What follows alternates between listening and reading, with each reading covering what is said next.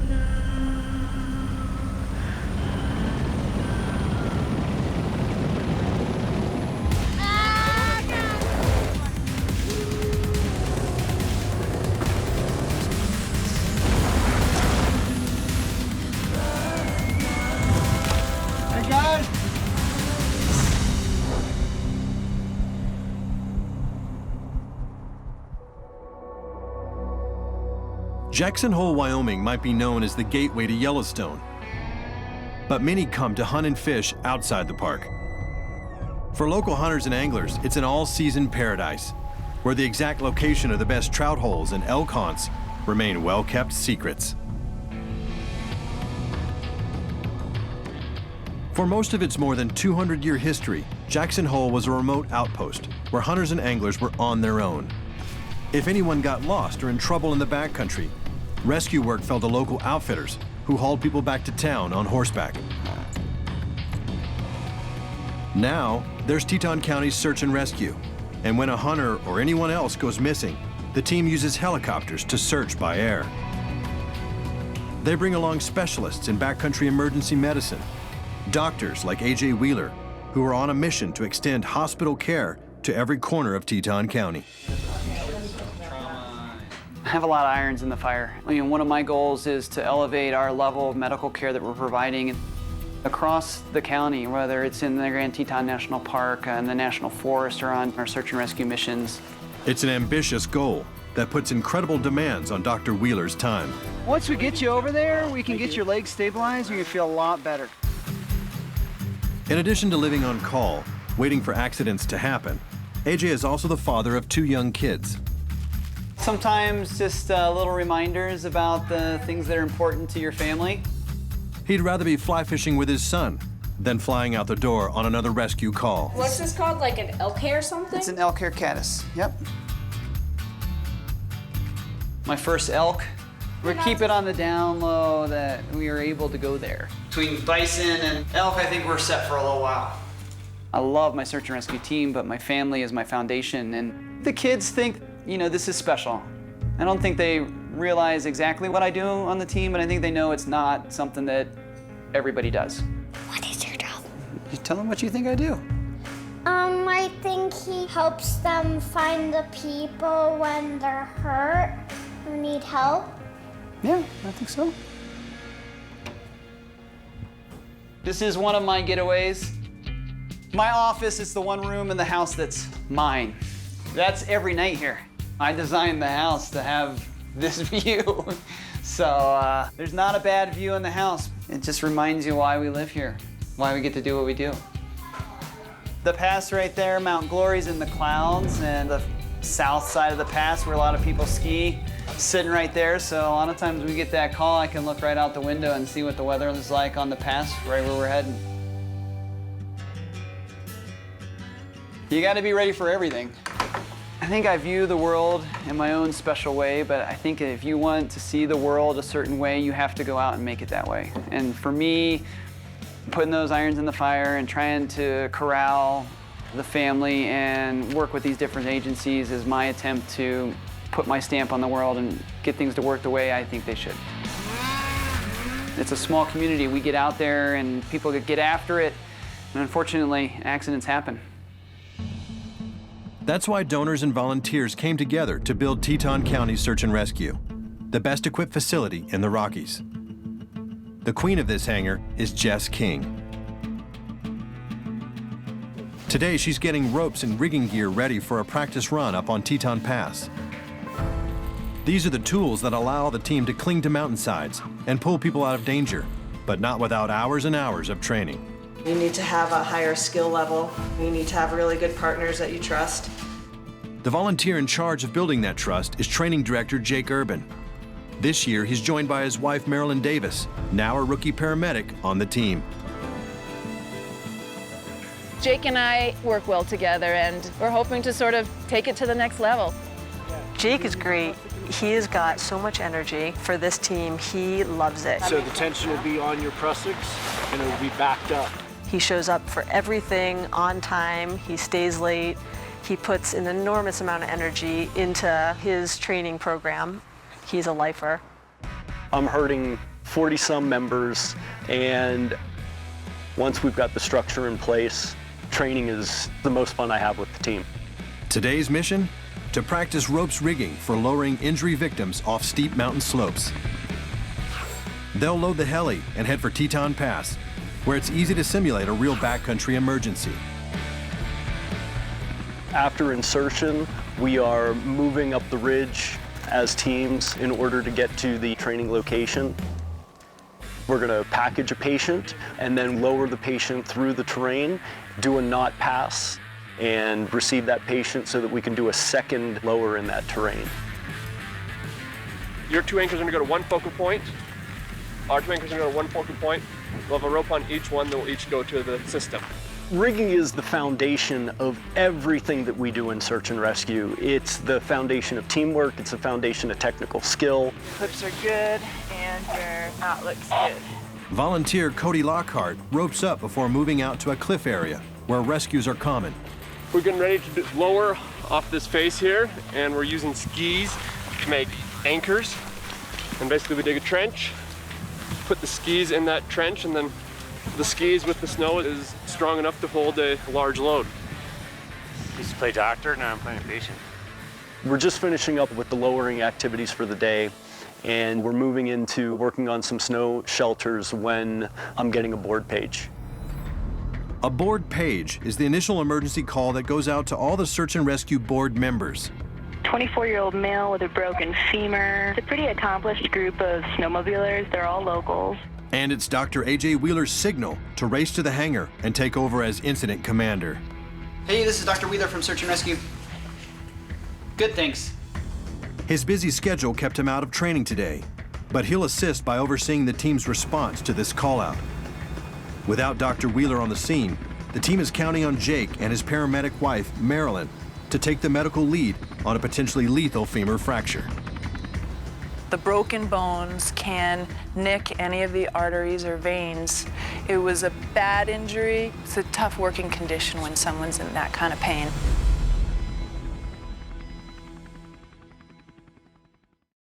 Powered by Ram Trucks, America's longest-lasting pickups.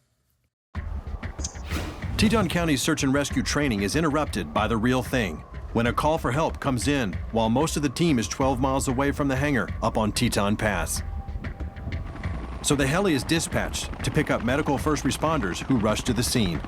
We just got a call out for an injured snowmobiler down in the Fall Creek area. We believe he or she has a broken femur at this point. The weather's moving in, but it's looking pretty good south. So the plan right now is AJ is IC. Hey, this is Dr. Wheeler from Search and Rescue. As incident commander, AJ will oversee the medical team working in the field. Unfortunately, communications get off to a rocky start. There's always confusion at the beginning of a SAR call. We have very little good information. All AJ knows is there's an injured snowmobiler whose life may depend on a quick helicopter evacuation. But now bursts of wind and snow create sketchy flying conditions. It's not looking good, but we'll see. We've flown in worse, I'll just put it that way. AJ is one of the team's best backcountry doctors, but he can't make it into the field for this one. So AJ makes sure Jake and the heli team are ready to answer this call. Do you have any medical people with you? Yes, I do. I have paramedics. Great. Make sure they're in that first group. Okay. Copy. That means volunteer paramedic Marilyn Davis is officially on her first call as the team's medical lead, with Jake and Anthony there to help. I'm a brand new paramedic, 1 year in, just came off probation a month ago. We're flying overhead, it's a bumpy flight, so I was already nervous.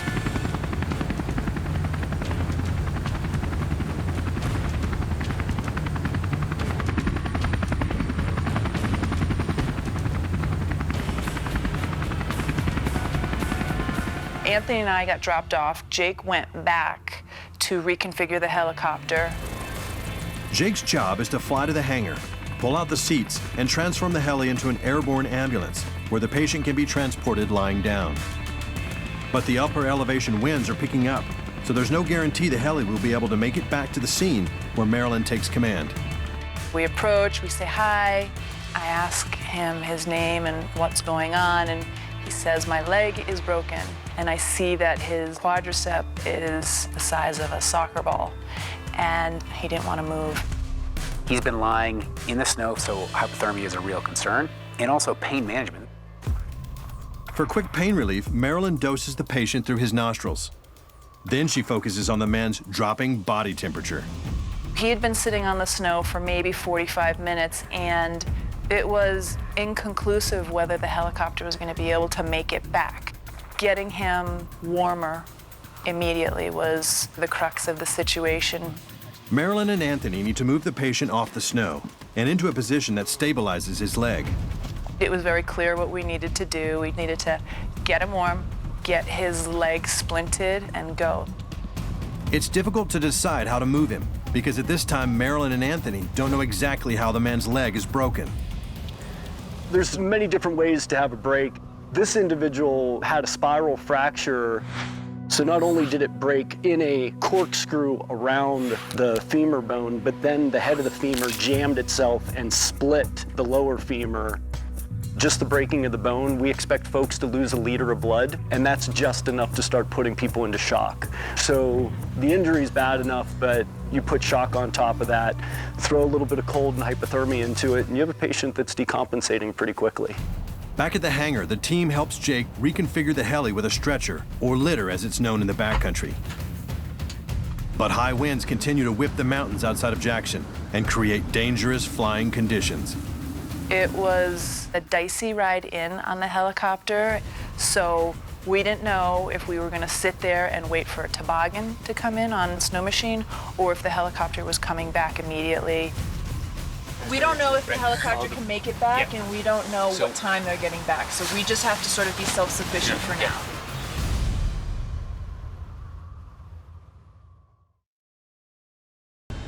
Backcountry Rescue is brought to you by the Ego Power Plus Lawnmower.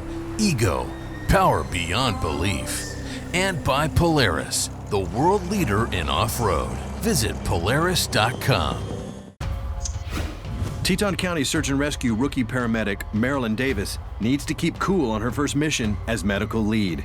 We don't know if the helicopter can make it back, and we don't know what time they're getting back, so we just have to sort of be self-sufficient for now. So we need all hands on deck here, people. Marilyn can't wait for the helicopter. It's time to move the patient off the snow. Okay. Ready? And make sure you get a good grip. Easy. Yeah, buddy. Nice work, dude. Yeah, dude. Yes. Perfect. Good work. Good job. You tell us if either of us touch anything that hurts, will you let us know? Now it's up to the heli to get back to the rescue scene. Initially sounds dicey to navigate. But the search and rescue heli team decides to brave the dangerous flying conditions, so an injured backcountry snowmobiler can get to the emergency room as quickly as possible.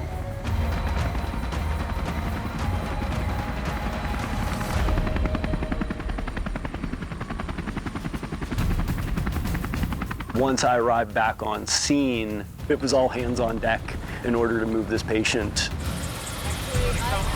Is anyone not ready? I'm ready. Sean, breathe hard. 1, 2, 3, up. Attaboy, nice work. Nice work. When you come around to the front, when I come around to the front, we bring you up there. These are the times when, as a search and rescue member, ultimately we kind of just sit back and organize a little bit. We let the civilians do the work, and that's really when it's powerful to see them doing the job. I know the boy's father, so I knew that I had helped a friend of mine's child, so that was cool. He was hanging in there and was talking and was super thankful. You know, we got him out quick, and I think the patient felt safe. I'm feeling really good about this scene. It's interesting, I've got 2 new members, one of which is my wife. We're still trying to figure out how we work together on the team. And it was kind of a perfect situation because it gives me an opportunity to focus on operations and the logistics of getting the patient out. It gives Marilyn an opportunity to step into a leadership role. Great job, everyone, and Marilyn, nice work. To elevate the level of care that we're providing in the backcountry has been a big goal, and I think we're there.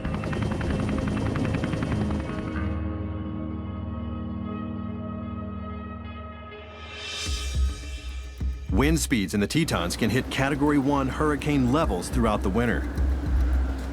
This does more than create treacherous flying conditions for the heli. It also causes the snow to shift in hazardous ways. The more wind, the more dangers caused by snow loading over steep alpine features. One of the most lethal is a cornice. Ultimately, with cornice development, you have snow that builds up incrementally at such a slow rate that it's able to overhang the edge of the cliff. That overhanging feature breaks off and turns into a trap door. It's not a place we want to be hanging out. I have very limited information on this.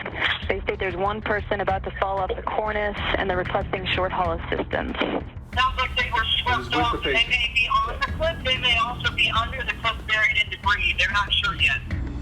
The details of this emergency call-out are eerily similar to an incident just last winter. We had a carbon copy rescue where an individual ducked the rope, stepped out over to the cornice, didn't realize that he was on an overhanging feature, and that feature broke.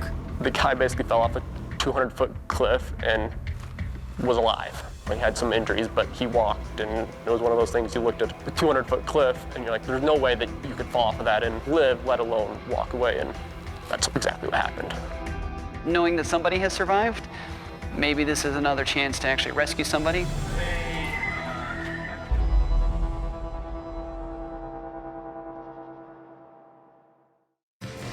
Backcountry Zero.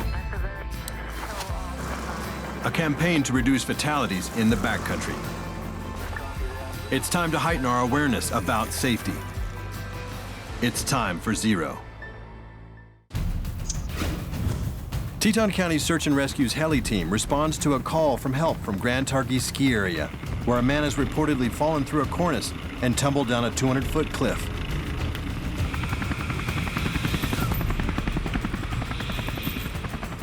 A man's life is on the line, so AJ pushes himself and his teammates to deliver fast care in the backcountry.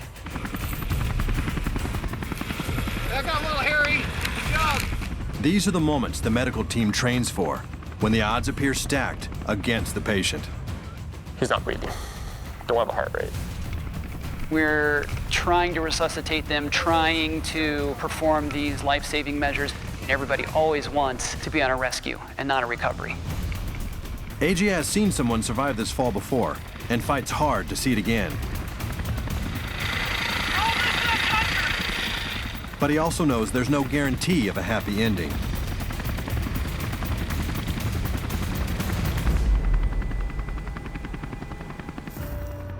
This time, the patient does not make it. He suffers severe blunt trauma to the head and torso and cannot be revived. We try to keep perspective. For us, the focus becomes not necessarily bringing that victim home alive, but we still have a job to do to bring them back to their loved ones and hopefully provide some comfort.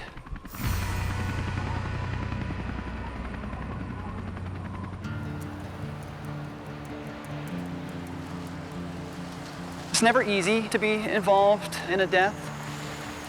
Being on this team, you see the people that die in the mountains, you see friends that die in the mountains.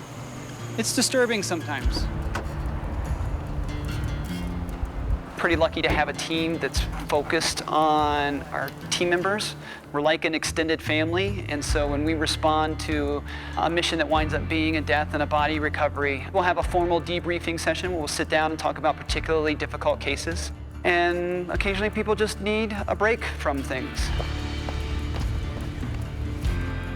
All through high school and college, I was a runner. Given the busy lives that we have, being able to get out on the trail and just zone out and be together with your own thoughts is a great feeling. Kind of solace for the soul. My wife and my kids, they don't seem to think twice when I walk out the door because it's assumed that you're going to come back. And some of the stuff we do is risky. Death is always difficult to deal with, but I don't feel like our team views it as a failure. I think emotionally the team probably feels more sadness